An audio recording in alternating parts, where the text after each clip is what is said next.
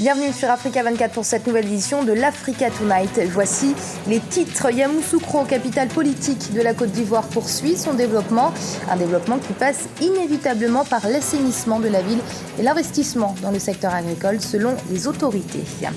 La Mauritanie se prépare activement à l'élection présidentielle du 21 juin. Parmi les thèmes de campagne des candidats, l'unité nationale et la cohésion sociale, des concepts nécessaires dans un pays à la lisière de l'Afrique du Nord et de l'Afrique subsaharienne.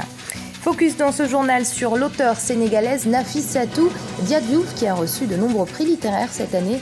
Son dernier ouvrage paru au mois de mai, La Maison des épices, met en lumière le conflit entre les traditions et le modernisme.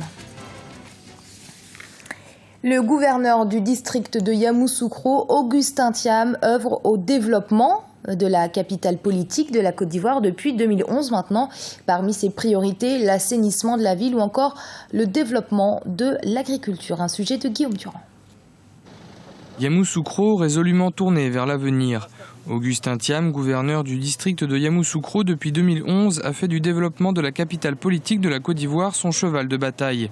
En décembre dernier, la visite d'État du président Alassane Ouattara à Yamoussoukro a permis d'activer un plan d'urgence pour assainir la ville. Nous avons pu bénéficier des travaux du plan présidentiel d'urgence qui nous a permis même d'accélérer certaines électrifications que nous avions prévues dans notre programme triennal. Il y a certains villages qui, au cours de cette visite-là, ont été électrifiés, ce qui nous a permis de prendre cet argent qui était destiné initialement à leur électrification pour en électrifier d'autres. Donc, niveau assainissement, niveau électricité. Par exemple, la totalité des ampoules de Yamoussoukro ont été changées, près de 12 000 ampoules. La totalité des caniveaux ont été drainés, les lacs ont été nettoyés. Au niveau assainissement et électrification, oui, ça s'est traduit par du positif et du concret. Autre perspective de développement de Yamoussoukro pour Augustin Thiam, l'avènement de l'agriculture. Outre le cacao, la capitale politique du pays développe la culture du riz. Je considère que l'agriculture peut être une infrastructure de développement, au même titre que la construction des ponts, des routes, des écoles et des dispensaires, et en plus pourvoyeur d'emplois, et en plus rémunérateur pour les agriculteurs. Nous avons lancé par exemple un projet rizicole récemment, il y a environ 1 an. Nous sommes allés chercher les capitaux en Suisse et aux États-Unis, et la technique aussi.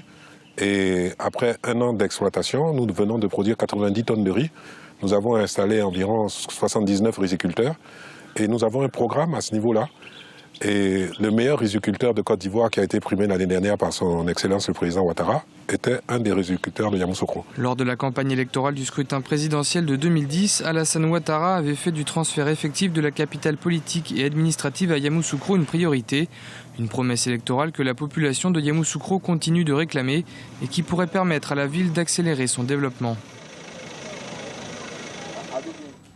À l'approche de l'élection présidentielle en Mauritanie qui doit se tenir le 21 juin, la question de la cohabitation entre les différents groupes ethniques donne lieu à de vifs débats. Le pays, qui constitue un point de passage entre l'Afrique du Nord et l'Afrique subsaharienne, voit sa population clivée en deux. Les différences ethniques et culturelles ont en effet été pendant plusieurs décennies la source de nombreuses divergences. Les questions de l'unité nationale et de la cohésion sociale sont donc des volets très présents à cette campagne électorale. Guillaume Durand. La question de la cohabitation des différents groupes ethniques en Mauritanie, un enjeu de campagne à l'approche de l'élection présidentielle du 21 juin prochain. Le pays, qui constitue une lisière entre l'Afrique du Nord et l'Afrique subsaharienne, voit vivre à l'intérieur de ses frontières des ethnies d'origine arabo-berbère, mais aussi négro-africaine. Des différences qui, depuis des années, sont source de nombreuses divergences. Les populations négro-africaines se disent aujourd'hui écartées de la gestion politique du pays. Il faut rappeler que cette discrimination s'étale dans le temps. Elle n'a pas commencé qu'avec Abdelaziz ou ceux qui l'ont. Elle a commencé du temps de l'indépendance, du temps de celui qu'on appelle le père de la nation, Mokhtar Ould Daddah. Il est à la base de notre malheur et de nos maux, de cette élimination et de cette discrimination. Maintenant, après Ould Daddah, les militaires sont venus. Et chacun des militaires a consolidé ce système-là. Nous l'appelons le système d'exclusion. Il y a une communauté qui contrôle et le pouvoir économique, et le pouvoir politique, et le pouvoir militaire. Donc quand vous avez tout cela concentré au sein d'une seule et même communauté, ça pose problème.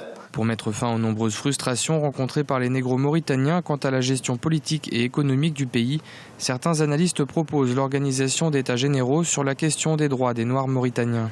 Si il y avait des campagnes de communication sociétale qui mettait l'accent sur les points communs aux Mauritaniens, à savoir la religion musulmane, à savoir un espace commun, à savoir une histoire commune, à savoir un passé où des populations négro-africaines et arabes se sont liguées contre d'autres populations, soit négro-africaines, soit arabes, avant la période coloniale. Et où surtout, on ne chercherait pas à mettre en exergue ce qui oppose les uns et les autres et adresser une partie des populations contre une autre partie des populations, mais on chercherait plutôt une convergence à la fois en intra et en extra. L'absence d'un véritable débat sur ces questions a permis aux frustrations de perdurer au point de devenir aujourd'hui une urgence. Le 21 juin prochain, les électeurs mauritaniens seront appelés à élire celui qui dirigera le pays pendant les 5 prochaines années. Les questions de l'unité nationale et de la cohésion sociale font partie des thèmes de campagne de 3 des 5 candidats au scrutin. Une cour égyptienne a ajourné ce samedi son verdict dans le procès du guide spirituel des frères musulmans Mohamed Badi et de 37 co-accusés jugés pour des violences ayant fait 2 morts en 2013 dans le delta du Nil. Pour rappel, depuis la destitution du président Mohamed Morsi en juillet 2013, ses partisans, réputés proches des frères musulmans, font l'objet d'une vive répression de la part des nouvelles autorités. Mohamed Badi et ses co-accusés risquent en effet la peine de mort. Hanan Faro. Alors que le nouveau président Abdel Fattah el-Sisi a prêté serment ce dimanche, le dossier des frères musulmans revient à l'ordre du jour. Samedi, une cour égyptienne a ajourné son verdict dans le procès du guide spirituel de la confrérie Mohamed Badi et de 37 co-accusés. Tous sont jugés pour des violences ayant fait 2 morts l'an dernier dans le delta du Nil. Une partie des Égyptiens qui ont porté le maréchal al-Sisi au pouvoir soutiennent les poursuites judiciaires à l'encontre des membres de l'organisation. Ils ont endommagé le pays, ils nous ont lésés. Le juge a plus de perspicacité que nous tous. S'il voit qu'il mérite la mort, ainsi soit-il. Je pense que le verdict sera juste. Nous avons vécu une année terrible. Nous n'avons aucun doute dans la décision judiciaire. Nous souffrons aujourd'hui de la politique qu'ils ont menée durant 1 an. Depuis la destitution le 3 juillet 2013 du président issu du parti des frères musulmans Mohamed Morsi, les nouvelles autorités installées par l'armée mènent une violente répression contre ses partisans dont 15 000 ont déjà été arrêtés. Muselés par la justice, les activités de la confrérie ont été officiellement interdites en Égypte en septembre dernier. Le verdict révélera la vérité. Je n'ai aucun doute envers l'autorité judiciaire et ses verdicts. Tous les verdicts en provenance des juges, nous les respectons.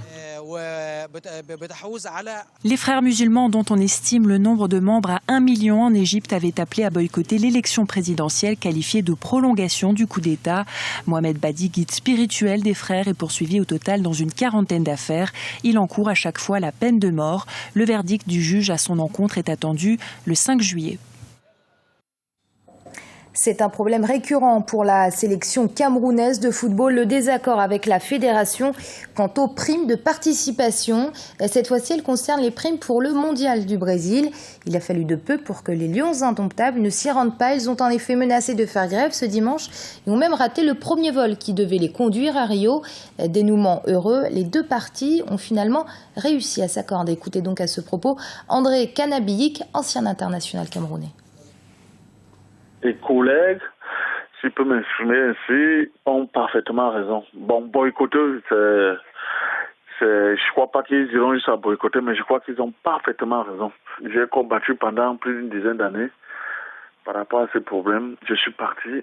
Ceux qui sont venus après moi, les Boissons, les Kala, ils ont connu ce problème des primes.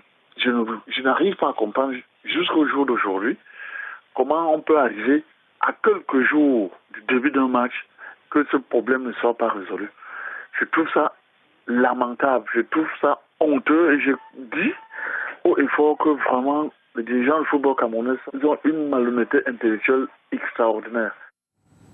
Nafissatou Diadiouf est une auteure sénégalaise de renommée internationale. Elle nous revient avec un nouvel ouvrage, La Maison des Épices, publié en mai de cette année. Un livre qui revient sur le conflit entre le modernisme et les traditions. Pour illustrer ce conflit, son livre nous plonge dans un centre de soins qui utilise médecine traditionnelle et médecine moderne. Aminata Diak. Auteur de nombreux ouvrages, Nafissatou Djadjouf nous revient avec un nouveau roman, La Maison des Épices, paru en mai 2014. Dans ce livre, l'écrivaine sénégalaise retrace l'histoire d'un lieu, ancien comptoir d'épices au XVIIe siècle, devenu aujourd'hui un centre de soins pour les écorchés de la vie, où les pratiques de la science moderne et de la tradition se côtoient. Alors, cette maison des épices est un ancien comptoir qui est chargé d'histoire, puisqu'il a été une esclaverie au XVIIe siècle, qui aussi était partie prenante du commerce triangulaire, et donc avec l'exploitation d'autres commerces tels que les épices. Mais ce n'est qu'un prétexte, ce n'est qu'un propos de départ. L'histoire se passe résolument dans le contemporain, fin du XXe siècle, et est un lieu de réhabilitation et d'espoir pour des personnes qu'on pourrait penser être en marge de la société. Le personnage principal, qui est un jeune amnésique qui a débarqué là, on ne sait pas trop où, dans cet endroit un peu ouvert, un peu loin de toute forme de société élaborée, mais entouré de personnes tout à fait authentiques. Dans son ouvrage, les personnages sont également des médecins et des guérisseurs qui défendent l'alliance entre la science et la tradition afin de créer une diversité et une synergie dans le travail qui les unit. Le propos du livre est ceci. Aujourd'hui, nous sommes détenteurs d'un patrimoine plus ou moins oubliés, délaissés pour des raisons que vous pouvez imaginer. Mais aujourd'hui, c'est se les réapproprier. C'est faire taire ce conflit qu'on peut dire entre tradition et modernité. Et c'est le propos de cette équipe médicale, qui en fait est équipe médicale pluridisciplinaire et qui veut qu'il n'y ait aucune frontière entre les deux, que ce soit des savoir-faire qui se complètent et qu'un seul but, c'est d'arriver à soulager certaines personnes qui sont malades ou inadaptées à reprendre un chemin normal de la vie et une intégration dans leur société. Nafissatou Djadjouf a remporté plusieurs prix littéraires ces dernières années. Son nouvel ouvrage, La Maison des Épices, paru aux éditions Mémoire d'Encrier en mai 2014, vient couronner son parcours rempli d'humanisme. Et c'est la fin de ce journal. Il a été préparé par l'ensemble de la rédaction. Merci de l'avoir suivi. Restez avec nous. L'info continue sur Africa 24.